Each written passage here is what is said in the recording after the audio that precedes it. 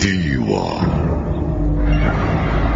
Pagsaksi sa mga pangyayaring hindi mo sukat akalain.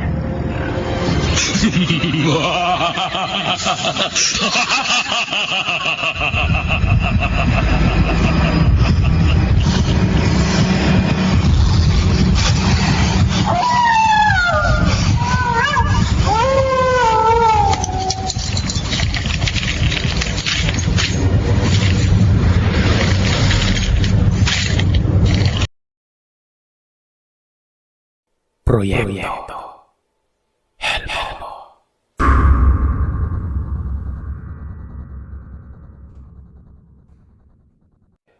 Mapagpalang araw, Sir Seth, at sa mga kapwa kong masugid mong mga listener. Ako ulit ito, si Naning. May babahagi sana akong kwento tungkol sa kulam na nagdadalawang isip ako nung una kung ibabahagi ko pa ba o hindi. Dahil alam ko na sa probinsya namin ay may mga masugid ka rin mga tagapakinig. Pero dahil hindi ko naman babanggitin kung saang eksakto kami dito sa Luzon, sa bandang norte, ay napagpasyahan ko ring ibahagi lalo na't sobrang hindi ko po talaga in-expect nun na papasukin niya rin ang mundo ng tinatawag nating itim na mahika. Kasi sa totoo lang, nung pagtungtong ko sa college ay nagpagamot sila sa albularyo. Dumayo pa nga sila sa Pangasinan dahil wala na kaming masyadong kilalang albularyo noon. Manghihilot, oo madami pero yung literal na nanggagamot ng kulam ay bihira lamang sa amin. Konting background lamang po sa nangyari sa kanila. Yung anak niya na sobrang close ko ay ilang linggo nang hindi makabawas. Pasintabi po sa mga kumakain. Lumulobo na rin noon ang tiyan niya. Nagpa-check up na rin sila sa doktor. Nireseta ng pampabawas pero wala. Bumili na rin sila ng pampapahid sa basta para makabawas pero wala pa rin. Kumain na rin ng papaya pero ganun pa rin. Kaya naman lumuwas pa sila ng Pangasinan para magpagamot noon. At doon nga nakumpirmang nakulam siya. Nakilala nila ang kung sino ang kumulam sa kanya dahil ang lumabas sa tawas ay ang taga sa amin. Hindi ko na lamang din babanggitin ito dahil tiyak na malalaman agad nila kung sino ang tinutukoy ko. Lalo na at may mga na-recruit din ako mga tagapakinig mo.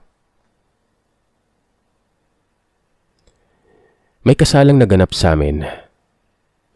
Sa mga Ilocano o Ilocana dyan, alam niyo na po siguro kung kasalang Ilocano ay may pasayaw sa gabi at kinabukasan ng seremonya. Ang bahay ng ikakasal, kapitbahay namin. Kamag-anak din namin ito. Ang bahay naman ng mangko. Mangko na lamang po ang ipapangalan ko sa mangkukulam. Napagitnaan ng bahay namin at ng bahay ng ikakasal nun. At dahil nga hindi naman namin lubos sa kalain na meron pala siyang tinatago, ay doon na tumambay ang pamangkin ko para kumain. Fast forward, after ng kasal ay sumasakit na yung tiyan ng pamangkin ko. Sabi ko pa nga na pabiro na sobrahan mong pumila sa pagkain. Hanggang sa ayon, umabot ng 1 linggo, ganun pa rin. Masakit. Kaya hindi siya nakapasok ng 1 linggo. Pinakain pa nga namin ng papaya na doon mismo sa kapitbahay namin hiningi nun. Ipinunta ko na rin sa paggamutan. Ang sabi baka appendicitis umano. Sa findings kasi ng ihi at dugo, normal lang. Ultimong lahat ng laboratory niya, normal naman. Pinisil-pisil ng doktor yung tiyan ng pamangkin ko. Sumasakit daw talaga. Masakit din umano kapag naglalakad siya kaya ang sabi ng doktor, appendicitis. Pero nirefer kami sa malaking ospital. Yung surgeon na talaga mag-i-examine sa kanya pero pagdating doon, clear pa rin talaga, Sir Seth. Hanggang sa sumasakit ang likod ng asawa ko kaya punta kami sa regular naming pinagpapahilutan kapag sinusumpong ang lamig sa katawan. Naikwenta namin sa kanya yung nangyari sa pamangkin ko noon, na 1 linggo na mahigit na sumasakit ang tiyan. Naisip namin na baka kako kinabag. Hindi rin makabawas noon. Yun nga lang talaga ang problema. 1 linggo na siyang hindi makabawas. Ang sabi nitong pinuntahan namin ay ipunta umano doon ng pamangkin ko. Baka naman kung ano na umano yon. Kaya kinabukasan ay pumunta kami. Sinuri siya. Nakabara nga daw yung kinain niya. Kumaga, dun sa bandang itaas ng tiyan niya, nararamdaman niya na hindi ito bumababa nun. Sinabi sa kanya nung manggagamot na balik na lamang siya kinabukasan. Yung wala pa siyang nainom o nakain nun. Kahit kape o tubig. Wala dapat. Bumalik sila mama kinabukasan noon. Hindi na ako nakasama dahil abala ako. Nung umuwi sila ay tinanong ko agad kung ano ang resulta.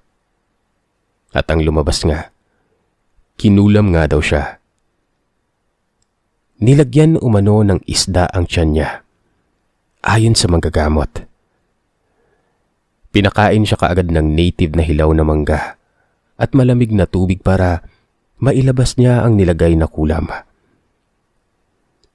Tiisin niya umano muna dahil magiging sobrang baho nito na hindi kakayanin ng sikmura niya. At yun nga, mabaho nga daw po. Dagdag pa ng manghihilot. Itong mangko na ito ay magbibigay umano ng ulam nun. Kung hindi gulay, baka karne. Kaya ang gawin umano nila, kapag karne, iluto umano ulit, lagyan ng gulay tapos ibalik umano sa kanya. Kung gulay naman umano ay lagyan nila ng sahog na karne at ibalik dito sa nagbigay na mangkukulam na ito. Pero dahil ayaw ni mama na baka lumala pa, hinayaan na lamang niya. Itinapon na lamang niya yung bigay ng kapitbahay hanggang sa ako naman yung sumasakit ang likod na mahapdi nun. Biglaan yon. Akala ko dahil lang sa bra kaya pumunta ako ng banyo. Tiyanek ko kung masyado bang masikip yung bra ko pero hindi naman. Kinagabihan, dahil hindi ko matiis yung sakit, gusto kong magpahilot sa likod ay pinahilot ko sa pamangkin ko, yung kinulam. Nung tinaas ko yung damit ko at tinanggal yung trap ng bra ko, napatanong kaagad yung asawa ko dahil nagpapalit siya ng damit galing trabaho ng mga oras na yon. Sabi niya, "Bakit? Anong nangyari sa likod mo?" Sinagot ko naman siya na mahapdi na masakit ka ako. Baka sabra lang. Kinabukasan ay pumunta kami ulit sa manghihilot.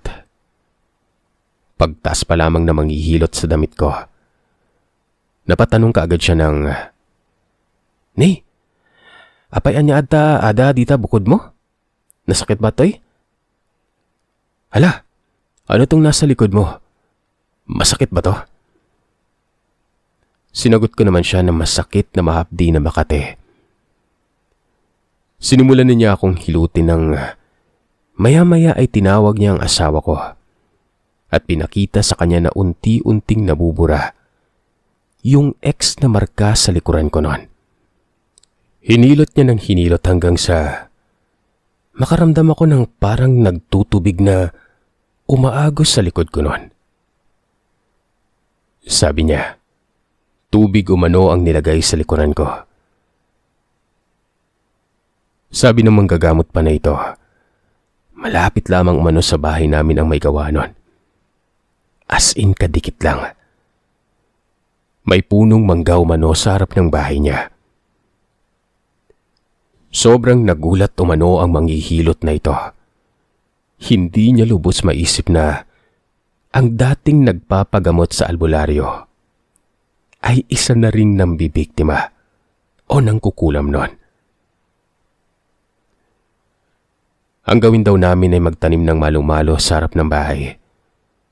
O gawing harang sa pagitan dahil takot umano sila sa malo-malo. Hindi ko po alam sa Tagalog kung ano ang malo-malo, basta parang cactus yon. Baka isang uri nga ng cactus nun. Dahil meron ding tanim si labyanan ko ng koro-korona. Alam na rin po siguro ng mga ibang manggagamot ang mga binabanggit ko. Yung koro-korona ay parang ube na parang mga sanga niya ay may tinik-tinik din. Simula nga nung nagtanim kami ng ganon ay bihira na siyang tumambay sa may mangga na palagi niyang ginagawa nun. At kapag nagwawali siya ng mga dahon ng mangga na nahulog na napupunta sa boundary namin nun, winawalis niya talaga yon. Pero ngayon, hindi na. Doon kasi mismo namin tinanim yung koro-korona at yung malo-malo. Hindi na rin siya nagbibigay ng ulam na madalas niyang gawin. O dahil nakatunog na siya, dahil ikinuwento ko ito sa close cousin ko. At sabi niya kapag daw ganun na nagbibigay sila ng ulam, ay magpakulo ng tubig. Ibuhos sa binigay at pagkatapos ay itapon. Hanggang sa isang gabi, madalang man pero naabutan niyang may binigay yung mangko. Inutusan niya kagad ako na magpakulo ng tubig nun. Ibinuhos sa binigay na ulam tsaka tinapon. 2 beses niyang ginawa yun dahil 2 beses na nandito siya nagbigay sila ng ulam sa kabila. Simula noon na hindi na sila nagbibigay ng ulam. At ang masaklap pa, hindi namin alam kung konektado ba sa mangko o talagang binabangungot lamang ang pinsan ko dahil magmula daw ng ginawa niya at tinuro niya sa akin yung buhusan ng mainit na tubig yung mga binibigay nun. Kapag kalagitnaan na daw ng tulog niya, nananaginip siya na hindi umano niya maigalaw ang mga balikat at braso niya. Tapos ay may tahol umano ng tahol ng malakas na aso nila sa harap ng bahay, na para bang may tinatahulan na tao. Doon na siya nagigising sa tahol ng aso. Bale, yun yung nanggigising sa kanya. Hanggang sa naisipan niyang lagyan ng madre de cacao ang ilalim ng una niya dahil 2 gabi daw na ganon. At meron ngang paniniwala na pangontra din ito sa mga mangkukulam o sa mga masasamang panaginip. Nung naglagay na daw siya ng madre de cacao sa ilalim ng unan niya, ay naging okay na umano ito. Isa pa sa hindi kami makapaniwala ay kung bakit sobrang lakas ng apoy ng sinunog niya sa likod bahay nila, samantalang umuulan. Sinabi ko naman sa pinsan ko na baka goma.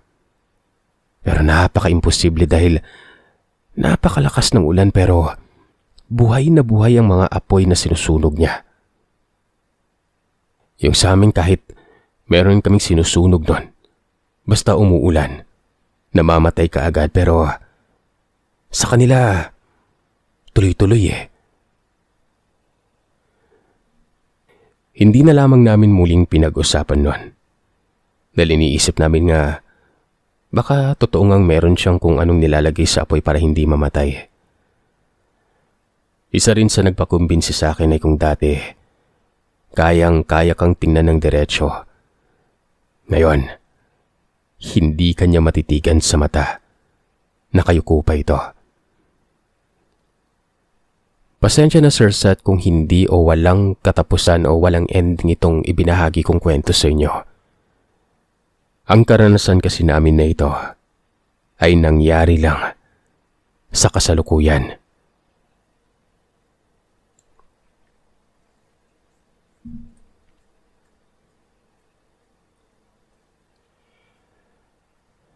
Hello Sir Seth.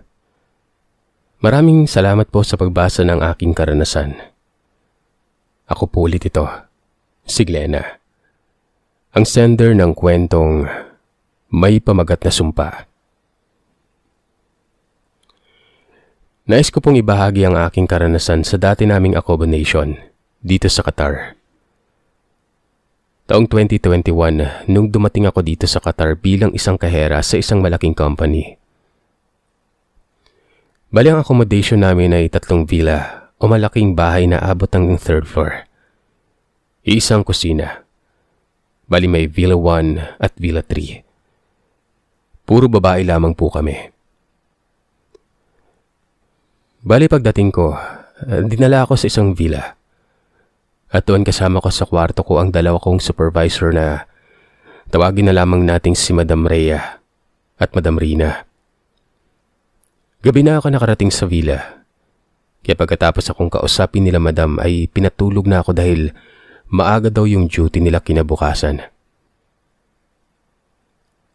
Nagtaka ako dahil parehas nang humiga si na Madam. Tapos ay nakabukas pa rin yung ilaw nun. Sa akin pa naman, hindi ako makatulog pag ganon. Bukas ang ilaw. Pinatay ko ito. Sabi ni Madam Rhea, huwag ko daw patayin ang ilaw baka dalawin umano siya ni Kalbo. Napaisip ako, sabi ko, sino si Kalbo? Sagot niya, basta. Minsan maaga ang duty ko kaya 6:00 pa lamang ng umaga. Nagigising na ako para maligo. Bali sir, sa pagbukas ng kwarto namin, banyo na. Itong banyo na ito ay bawal itong ilak dahil kahit may tao, pwede itong pumasok na makisabay maligo nun. At dahil sa hindi ako sanay na may kasabay doon, pumunta ako sa 3rd floor. May isang kwarto doon na bakante at may isang banyo. Medyo madilim ang kwarto na yun pero may liwanag pa naman dahil nag-uumaga na kaya sinarado ko na ang pinto nun. Hindi ko na nailak gawa ng wala namang kakatok doon. Nasa kalagitnaan na ako ng pagligo ko nang bigla akong napasigaw. Bigla na lamang kasi itong bumukas, Sir Seth. Kahit na may sabaw ng katawan ko ay hinila ko ang tuwalya. Tinakip ito. Lumapit ako sa pinto. Wala namang tao. Hindi naman pwede na hangin gawa ng sarado ang lahat ng bintana. Tapos sa panahon na yun ay sobrang init nun. Bago ko ito isara, narinig ko pa yung pinto na tumunog nun. Sinabi ko na lamang sa sarili ko na baka hindi ko na isara ng mabuti. Tulad nga ng sabi ko ay ayoko nang may kasabay na maligo nun. Kaya doon ulit ako sa 3rd floor na ligo. Hapon nun, yung duty ko. Kaya 11:00 ay naligo na ako nun. Dito, sinigurado kong nakasarado yon pero hindi ko pa rin nilak ang pintuan ng kwarto. Pakanta-kanta pa ako nang makarinig ako ng katok. Sinabi ko na hindi pa ako tapos. Kakapasok ko lang. May iba din kasing naliligo tulad ko doon na ayaw nang may kasabay kaya naisip ko na baka mga kasama ko yon. Binilisan ko na lamang ang pagligo ko. Nang marinig ko ang boses ng isa kong kasama. Sabi niya, makikisabay daw siya sa akin nun. Gawa ng puno lahat ng banyo sa may baba. Sabi ko naman, teka lang, tapos na ako. Nang akmang buksan ko ang pintuan, hindi ko mabuksan yon.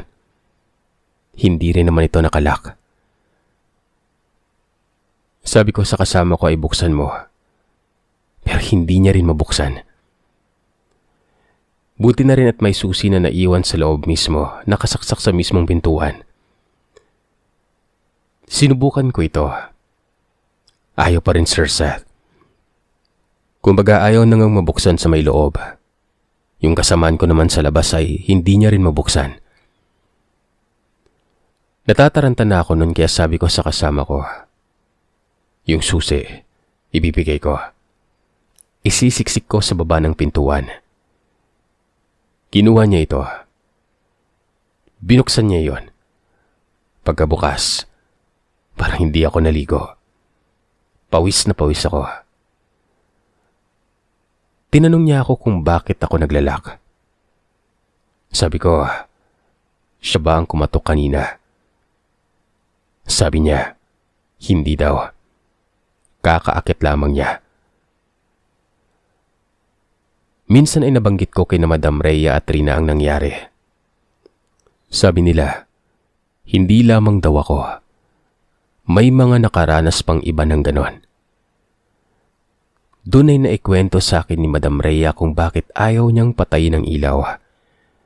Dahil yung nabanggit niyang kalbo, minsan ay dumadagan sa kanya. O di kaya ay nagpapapansin. Minsan nga ay natatawa daw pag may nawawalang gamit. Sinabi niya na kinuha na naman ni kalbo. Minsan ay naglalaba ako noon. Nakasabayan ko yung isang kasamaan ko na matagal nang nagtatrabaho din sa kumpanya na yon. Nabanggit ko yung tungkol sa CR sa may itaas.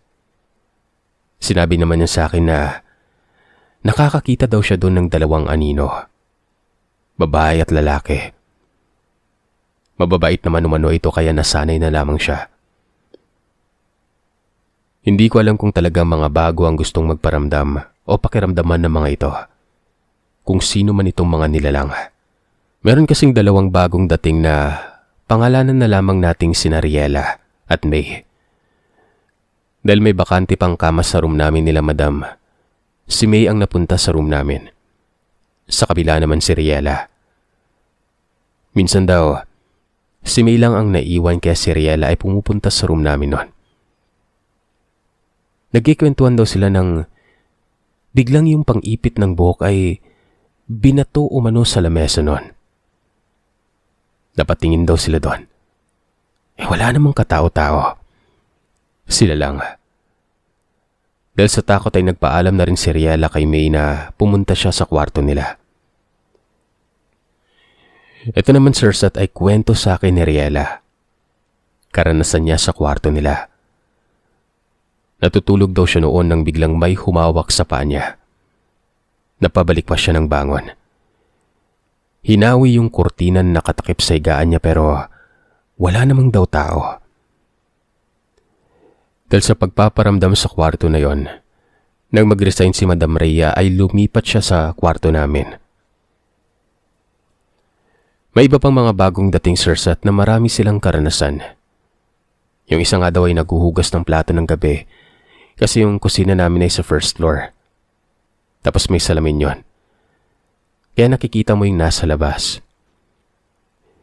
Bigla umanong may dumadaan doon sa salamin na yon na mga anino. Tapos bigla na lamang nawala. Ang iba naman daw Sir Sat kung saang kwarto galing si Riela. Lahat ng bago ay nakaranas na may humahawak sa mga paa nila o kaya tumatapik sa mga paa nila noon. Kaya naman parang normal na sa amin ang ganon kapag katagalan.